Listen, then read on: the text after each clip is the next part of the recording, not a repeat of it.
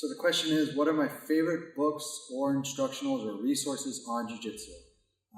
And in thinking about this, so I sort of broke it down into a couple different stages because at, say, white belt, you might want to focus on different things than later belts. So at white belt, I think books like Jiu-Jitsu University by Saulo Ribeiro is a great resource. I may advise you to read it backwards, simply because the end of that book is submissions, and the beginning of that book is defense and escapes. And while defense and escapes are very, very important and are probably the most common place that white belts find themselves struggling with, it's hard, and maybe it's just me, but maybe hard to maintain your interest in just doing defense and escapes. But if you look at it backwards and kind of go, whoa, these are some cool submissions, I really want to learn these.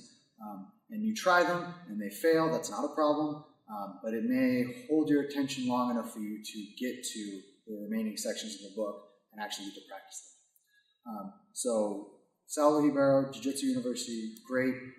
Mastering Jiu-Jitsu with Enzo Gracie, another great one. And then those books are mostly for creating awareness and understanding mechanics. So what is mount and what is an armbar for mount? And what are the steps to do an armbar for mount? And maybe even why are those the steps in that order? What are the things that can go wrong if I don't do the armbar like this? Okay? And then as you sort of progress into blue and purple and brown, things sort of change a little bit. And one of the first things to do is to start addressing your specific motor patterns. So if you happen to stand with your feet turned out like a duck, that will, if you can correct that and avoid a valgus in the knee, so not letting your knees buckle together, that will make your entire jiu-jitsu game better. If you have a forward head positioning, you can correct that, that's going to make an amazing difference in your game. The techniques that you do in jiu-jitsu are fundamentally based on the alignment of the spine and proper posture from which to launch any attack or any technique. So you can start this at white belt, but at some point you'll want to address and correct specific impingements that you have in the ankles or the hips or the head. And then from there, you want to make sure that you are able to move away from the collection of techniques to the synthesis of techniques. And in the next video, I'm going to talk about this a little bit more, but keep in mind that at white belt and blue belt, you're sort of like picking all these different techniques that you can. If you're a white belt, going with another white belt, and one of you has some technique to use, and the other one doesn't, barring some huge physical discrepancy, the person who has the technique will generally win that exchange.